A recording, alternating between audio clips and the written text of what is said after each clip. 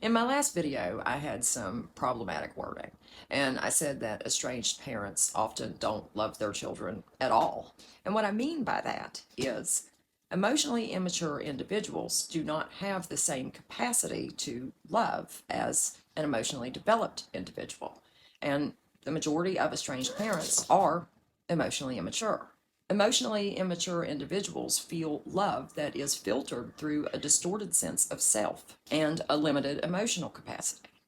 When a child has emotionally immature parents, the child is often viewed less as an autonomous, independent being and more as an extension, a possession, or a reflection of the parent's identity.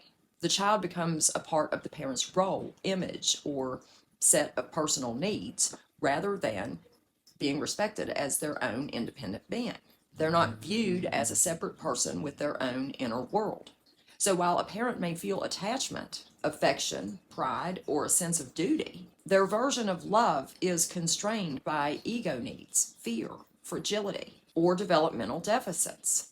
And this is why a child can feel deeply unseen, even in a home where the parent claims to love them very much. And the parent may feel that they do love them very much, but their capacity to love is not the same as other individuals. Emotionally immature parents tend to relate through control, compliance, your utility need. What can you provide for the parent?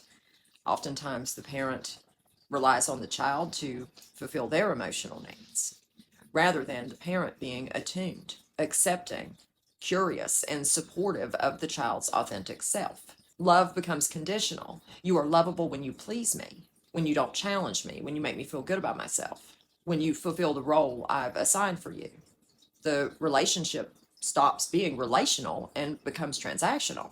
The child is loved as a role, the good daughter, the loyal son, not as a full person. Emotionally mature and securely attached parents are able to love in such a way that centers the child's humanity, their independence, their individuality, and emotional experience. Their love isn't about possession or performance, it's about responsibility, respect, and connection. They can tolerate discomfort, conflict, uncomfortable truths, and the child being different from them without retaliating or collapsing. They can self reflect, repair, apologize, and adapt.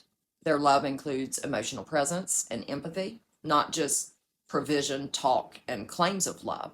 Their actions genuinely show love, and they have a curious connection about their child's inner world. They want to know their child. They want to get to know who the child is instead of telling the child who to be. They don't need their child to carry their emotional burdens, regulate their insecurities, or perform a role to keep the relationship intact. So it's not as simple as they never loved their child, and that was bad wording. It's more accurate to say many emotionally immature parents love in a self referential, limited, developmentally stunted way. Their love may be real to them, but it doesn't meet the needs of a growing, feeling, and autonomous child. It doesn't provide safety, emotional resonance, or a secure attachment, and that's what leaves lasting wounds and eventually can cause estrangement. And recognizing this isn't about minimizing the harm or excusing it. It's about understanding that capacity matters. We can't expect people to love the same way that we do because many individuals simply do not have the ability. It's not that they can't acquire it, but they haven't developed it. And if they don't attempt to, it's not going to grow. So we have to act accordingly. It's about awareness, not to condemn someone else, but to protect ourselves. Love without emotional maturity doesn't feel like love to the person on the receiving end. And that includes if it's a parent and child. Have a good day.